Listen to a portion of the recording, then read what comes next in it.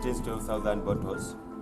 Each one, we have the bigger ones and the smaller ones. But the range of the small ones, each one contains 200 to 300 polyethylene plastics. Then the big one times 2, times 3. Yeah. So you find that we have more than 1 million plastics around here in this single building. And it took us a big range of cleaning, you know, to collect these bottles and polyethylene. So once the government sees this, once the people out there can see this, once they turn on to this kind of building, I think we can promote the environment, we can save the environment, as well as create employment, as well as live in harmony with our surroundings.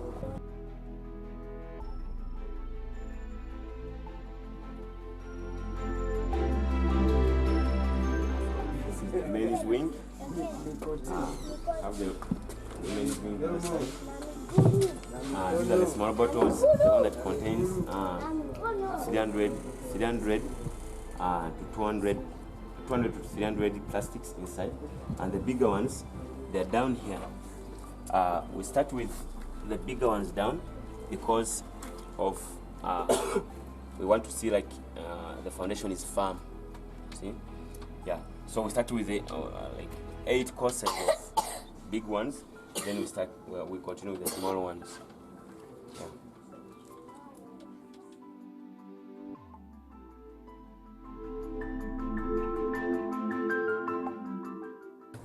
So, this is the second room for the women's wing. Yeah. We did not plaster here just to show the people that things do happen, and you see? Yeah. This one is for,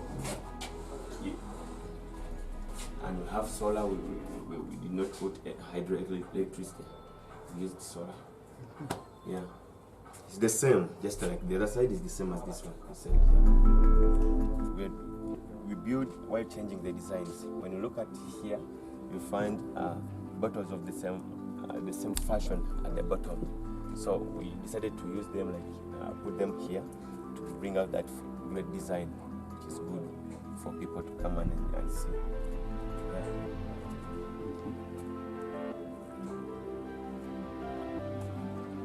This one's up, we change the bottles this side just to change the format, to change the fashion.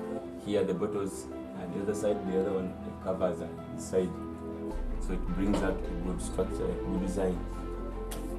Good design. We put also solar here. In fact, we have a plan of removing the rooftop and we roof it with plastic. Yeah.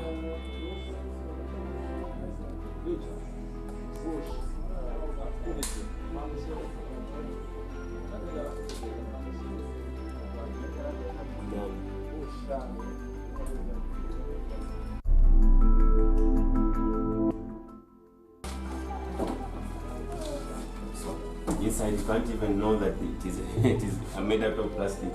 This is the toilet.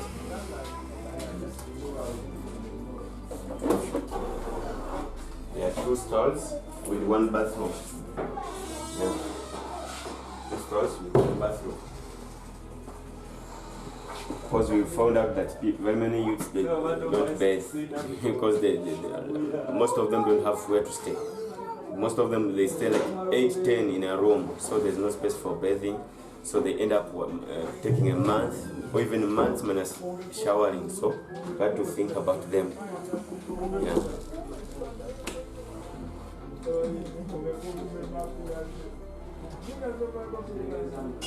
So inside you can do plastering, even outside you can do plastering. Only that for us we didn't do it because we wanted the public to see and know the purpose that trash can be changed to cash and gold. Yeah. But it is cool when you look at the environment inside. It is cooler than the one made from bricks. It's as if there's a ceiling. It brings that, you know, because of the thickness of the bottles. Yeah. So the advantages, there are very many advantages of such building compared to the one made from bricks. For For instance, this one does not being affected by any weather or climate conditions, climate changes. Just imagine when it shines too much, there's no sunshine that can affect this bottle.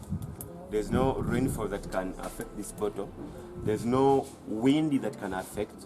In case of earthquake, our building is not heavy. It's not as heavy as the other one made out of bricks. So it is light.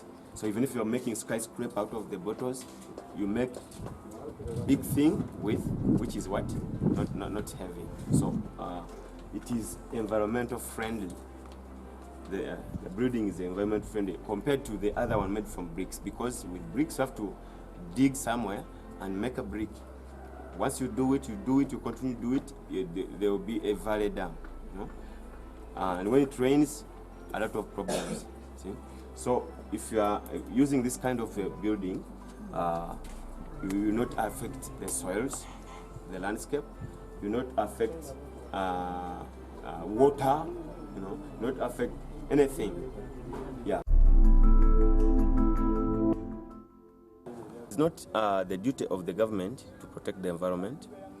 It is not. It is rather the duty of you, whoever is watching this one. It is the duty comes back to you, because even if the government is active enough, it cannot know how much poison are being littered around your community, your building there.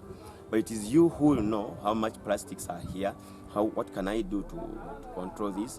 What can I recycle and get out of this? You know? So I call upon all the youths. We don't have jobs in Uganda, but jobs are in our minds.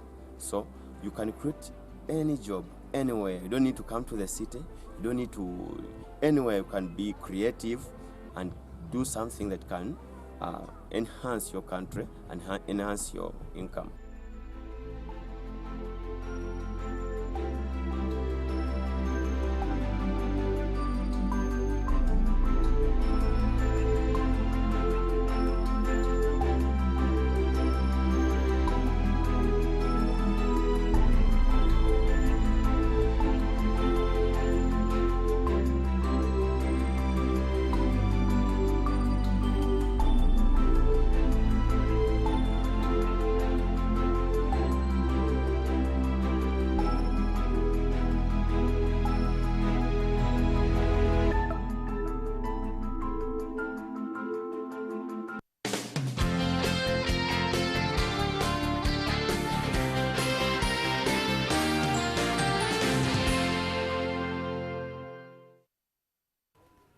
Well, that is not only creative, it's proactive, it's innovative. Caught up with this gentleman in Katwe, and it's fantastic stuff. Environmental friendly. It's not just school, it's protecting and preserving the environment as well. We are talking about, you know, this man using plastic bottles for construction. As you have seen, very, very, very cool stuff, very innovative. There's a lot of buveras and bottles and all this garbage that is blocking, trenches, that is ruining the soil that we need to farm, that is, you know, just left lying every single place that you go. You will see this kind of trash. This man is turning that trash into cash, using it to construct toilets. It's impressive. I have to say I was impressed by this guy. He's hitting two birds with one stone. Like I told you earlier before, he's preserving the environment, and at the same time he's constructing public toilets in slums to help out the people out there. And I have to say, this gentleman is one of those people that just deserves an award. This man should be called Sir Something. This is the people that we need, especially in these times today where we're struggling with trash in this country and the world over as well. The environment is being ruined by bottles and boveras and all this trash. So to find someone that is using it for a good cause is quite impressive. And I hope you watched that and enjoyed it, and I hope you pick up from it as well. In case you need us to connect you to this gentleman so that he can hook you up as well and give you guidelines and, you know, offer some help on how you can you turn trash into cash, but in an innovative, proactive way as well. We'll be more than glad to do that for you. You know how to get in touch with us on our social media platforms. That is on Twitter and Facebook. The hashtag is morning@NTV. You can send us a DM or an inbox, and we'll be more than glad to share the details of this particular reality on the ground with you. Morning at NTV still continues. My name is David Rukasi. In a few minutes, we're going to be getting into our business updates with Mala. So for the business people, 1, 2, 3, get set, and we'll be back right after this with our business update.